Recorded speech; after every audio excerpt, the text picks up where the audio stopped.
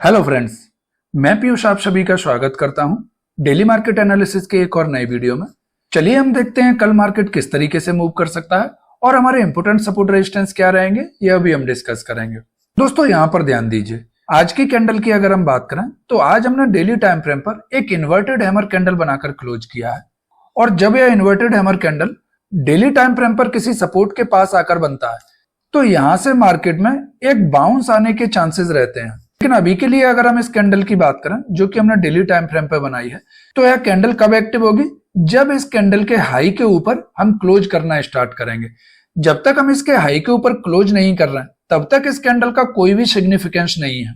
जब हम इस कैंडल के हाई के ऊपर क्लोज करना स्टार्ट करेंगे तो वहां से हम यह मान सकते हैं कि अब मार्केट में थोड़ा सा बायर्स का इंटरेस्ट जाग रहा है और इन कई लेवल्स पर मार्केट में एक शॉर्ट टर्म सपोर्ट बन गया है, जहां से बायर अब दोबारा से मार्केट को ऊपर ले जाने के लिए ट्राई कर सकते हैं। अगर मैं पर्सनली अपनी बात करता हूं तो आज की यह जो कैंडल है, इस कैंडल से मैं उतना ज्यादा कन्विंस नहीं हूं। रीजन बिहाइंड दैट कि आज यह जो कैंडल हमने बनाई है, यह हमने बनाई है आज मंथली एक्सपायरी के दिन।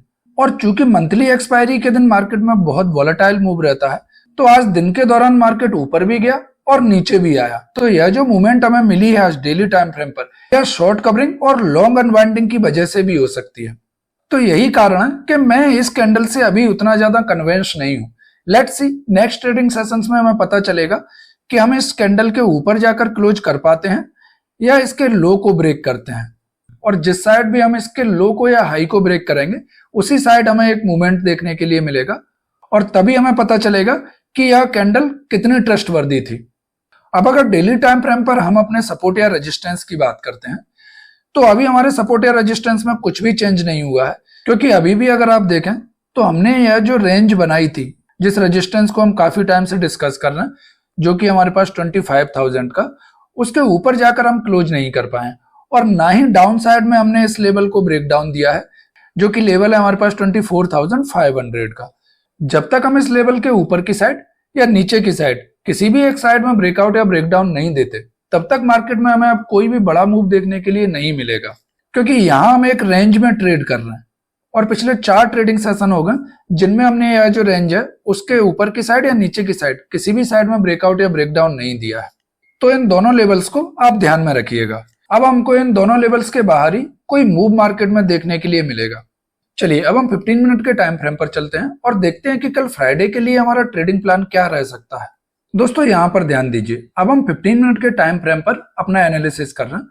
दोस्तों कल के एनालिसिस वीडियो में हमने कुछ सपोर्ट और रेजिस्टेंस डिस्कस किए थे, जिसमें हमारे पास जो रेजिस्टेंस था वह रेजिस्टेंस था हमारा इस एरिया के आसपास और हमारा लास्ट सपोर्ट था इस एरिया के आसपास। अब आज की अगर मार्केट की हम बात करते हैं तो कल की क्लोजिंग हमें मिली थी 24,840 के आसपास और आज अगर ओपनिंग की हम बात करें तो आज हमको ओपनिंग मिली डायरेक्ट 24,640 के आसपास। मींस यहां से 200 पॉइंट का गैप डाउन के साथ हम ओपन हुए।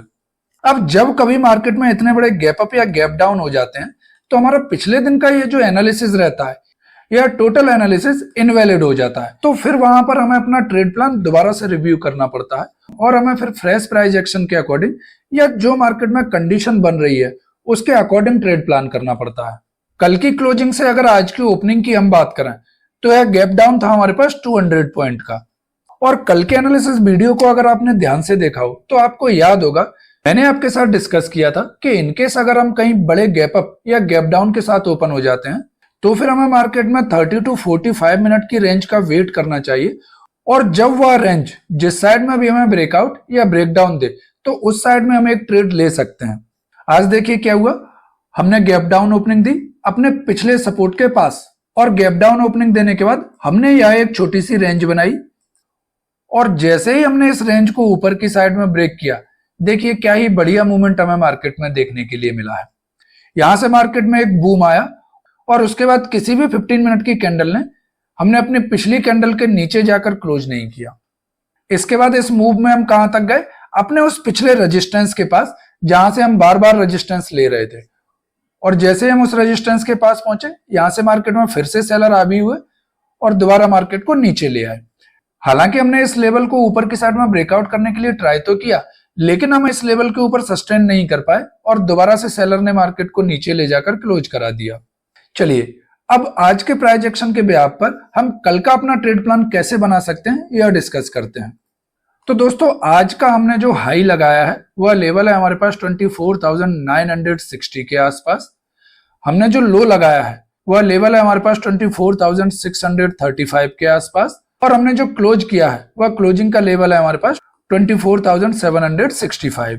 तो इन लेवल्स के ब्याज पे अगर मैं बात करूं तो हमें जो क्लोजिंग मिली है वह आज के दिन के दौरान हमने जो मूव किया है उसके मिडिल में आकर हमने क्लोजिंग की है।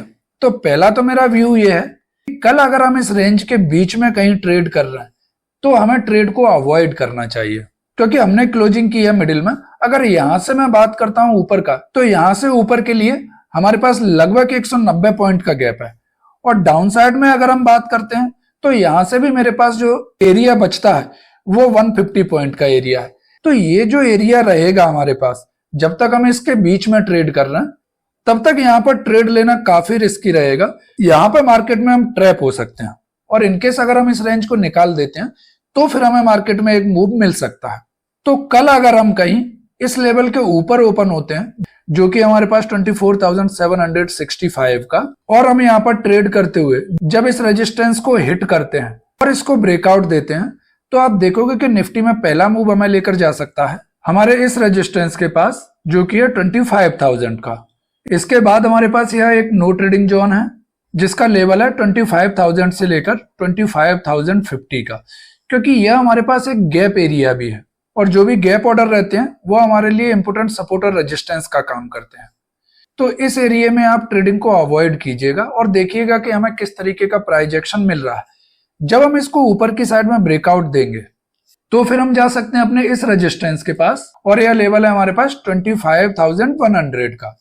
इसके बाद हमारा जो नेक्स्ट मूव रहेगा वो हमें लेकर जा सकता है हमारे इस रेजिस्टेंस के पास जो कि है 25,150 का।